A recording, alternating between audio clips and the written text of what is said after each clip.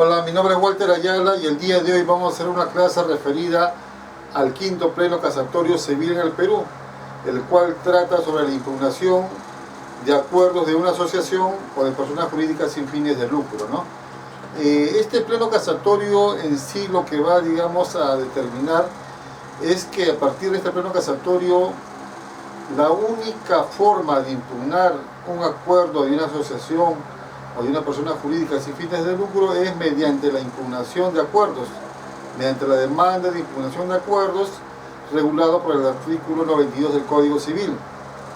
Anteriormente, antes de la emisión de este pleno casatorio, existían muchos problemas, ¿no? Porque dentro de una asociación, los asociados interponían demandas de impugnación de acuerdo, conforme al artículo 92, y también presentaban demandas sobre nulidad de acto jurídico basado en el artículo 219 del Código Civil, ¿no? En algunas de esas causales.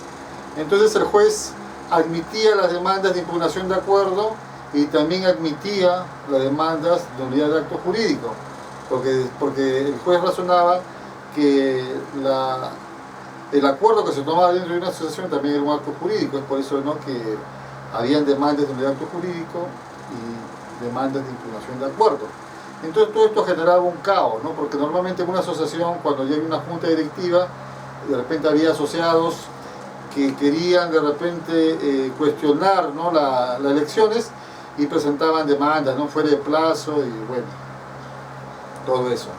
Entonces ya con este pleno lo que se busca en sí es dar seguridad jurídica, es, digamos, aplicar el principio de especialidad, porque debemos de decir ya que la impugnación de acuerdos está regulado en el libro 1, en el libro de personas, en el artículo 92 ya se encuentra regulado. Por el principio de especialidad se debe de aplicar el artículo 92 y no el artículo 209, el cual nosotros sabemos, ¿no?, que la nulidad del acto jurídico, el plazo son 10 años, por ejemplo, un plazo extenso, mientras que la impugnación de acuerdos, el artículo 92 lo regula en 30 días o 60 días, dependiendo si es inscrito o si no es inscrito el acuerdo, ¿no? Y es plazo de caducidad, es un plazo muy corto. Entonces muchas veces a los asociados se les pasaba el plazo y optaban por la nulidad del acto jurídico, ¿no? Y todo esto generaba un caos. Entonces, a partir de la emisión de este precedente vinculante, todo juez, al momento que califica una demanda, debe de verificar si se encuentra fundamentada y si cumple los requisitos conforme al artículo 92 del Código Civil.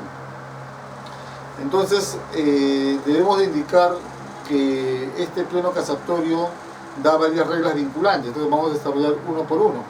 Por ejemplo, la primera regla que establece este pleno casatorio vinculante es que la única forma de cuestionar los acuerdos que se dan dentro de alguna asociación o dentro de alguna persona jurídica es mediante la demanda de impugnación de acuerdos, que se tiene que fundamentar y cumplir conforme al artículo 92 del Código Civil, que es el primer precedente vinculante, ¿no? O sea, quiere decir que si alguien quiere cuestionar el acuerdo tomado en una asociación mediante otros fundamentos, por ejemplo, basado en la nulidad del acto jurídico, o en el de la anulabilidad, o en el de la ineficacia, el juez debe declarar improcedente, ¿no? Entonces, ya sabemos que a partir de la fecha todo juez tiene que seguir estos lineamientos, ¿no? Solamente se puede aplicar de manera irrestricta el artículo 92 en temas de impugnación de acuerdos de asociaciones y de personas jurídicas sin fines de lucro. El segundo, digamos, regla vinculante es que estos procesos de impugnación de acuerdos se tramitan en el proceso abreviado y el competente es el juez civil. Otra regla vinculante es respecto a la legitimidad. Ustedes saben que este pleno casatorio fija tres, digamos, supuestos de legitimidad. Uno, el primer supuesto es cuando el asociado está presente en la asamblea, dice que debe dejar constancia que él está en desacuerdo de esa decisión, ¿no? Entonces, la primera, digamos, causal de legitimidad es que cuando el asociado está presente en la asamblea tiene que dejar constancia de su desacuerdo en la asamblea, en el acta que se lleva, ahí mismo tiene que dejar su posición, que no se encuentra de acuerdo con esa decisión. Dos, En el supuesto de que el asociado esté en la asamblea, pero sin embargo es privado de votar, quiere decir que no lo dejan votar de manera ilegítima, entonces también el asociado se encuentra legitimado, ¿no? Y la tercera es cuando el asociado fue expulsado como consecuencia de esa asamblea, quiere decir que hubo una asamblea, se tomó un acuerdo y el acuerdo fue justamente expulsar al asociado. Entonces el asociado, cuando es expulsado, ya no tiene derecho de nada, entonces también sería una tercera causal de legitimidad, ¿no? Y otra es cuando está ausente, ¿no? Eso también está en el Código Civil que lo establece, ¿no? Entonces esa sería la legitimidad del asociado para poder presentar una demanda de impugnación de acuerdos. También, digamos, este pleno casatorio establece respecto al plazo, son 60 días de plazo de caducidad, como máximo es 60 días, o sea, se puede hacer al día siguiente, al mes, pero el máximo 60 días, antes de los 60 días,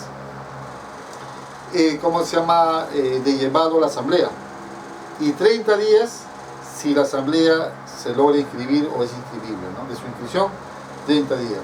60 días de llevado a la asamblea y 30 días de inscrita, ¿no? O sea, es el plazo máximo. 30 días puede ser antes también, 60 días puede ser antes también, de acuerdo. Son plazos de caducidad. Es decir, que si el asociado presenta la demanda fuera de ese plazo, el juez debe declararlo improcedente por falta de interés para obrar, ¿no? La demanda es declarada improcedente. Asimismo, habla respecto a que ningún asociado podrá presentar una demanda fundamentando sus fundamentos de hecho, y el petitorio no lo podrá fundamentar conforme al artículo 2, perdón, al libro 2 del Código Civil. Como nosotros sabemos, el libro 2 del Código Civil regula lo que es el acto jurídico, y dentro del acto jurídico tenemos la nulidad, la anulabilidad y la ineficacia. Indica de que el asociado no puede fundamentar conforme su demanda conforme a este libro, sino tiene que hacerlo conforme al artículo 92 del Código Civil, lo que está regulado para el tema de impugnación de acuerdos. Y también dijimos que esto es por el principio de especialidad, que como ya existe una norma que regula la impugnación de acuerdo, entonces no se puede ir al artículo 219 y buscar alguna causal de nulidad e irse por ahí. Ya con este pleno casatorio lo está, digamos, ya parametrando, ¿no? la causal de impugnación de acuerdo, que solamente tiene que ser conforme al artículo 22 del Código Civil. Asimismo, este pleno casatorio indica que en el supuesto caso que el demandante, el asociado demandante, haya fundamentado su demanda en la causal de nulidad, anulabilidad o ineficacia o otra causal, dice que el juez sí lo puede adecuar. Sí lo puede adecuar siempre y cuando de la demanda se advierta que la misma cumpla con los requisitos que se establecen en el artículo 92 y que se haya interpuesto también dentro del plazo que establece el artículo 92, que es 30 días como máximo, plazo de caducidad si es inscribible, y 60 días plazo de caducidad también si es desde el momento que se llevó a la asamblea, ¿no? Si se ha efectuado dentro de ese plazo, el juez lo podrá adecuar el petitorio a impugnación de acuerdos en virtud del artículo 7º del título preliminar del Código Civil, ¿no? Que da la potestad al juez de adecuar las demandas, ¿no? Asimismo, debemos de indicar, ¿no? Que esta regla de que solamente el asociado lo puede fundamentar el artículo 22 solamente es para el asociado. ¿Qué pasaría si un tercero legitimado? Ustedes saben que las asociaciones realizan distintamente contratos, actos jurídicos con terceros. Entonces, ¿qué pasaría si el tercero está en desacuerdo de una decisión que se tomó dentro de la asociación? Entonces, él sí podría presentar su demanda de nulidad de acto jurídico. O sea, esta limitación que hace este pleno casatorio solamente es para los asociados. Los terceros pueden plantear su demanda de nulidad de acto jurídico. Ellos están ya libres, ¿no? De actuar conforme al artículo 219 del Código Civil, buscar la causal u otra causal y presentarlo, ¿no?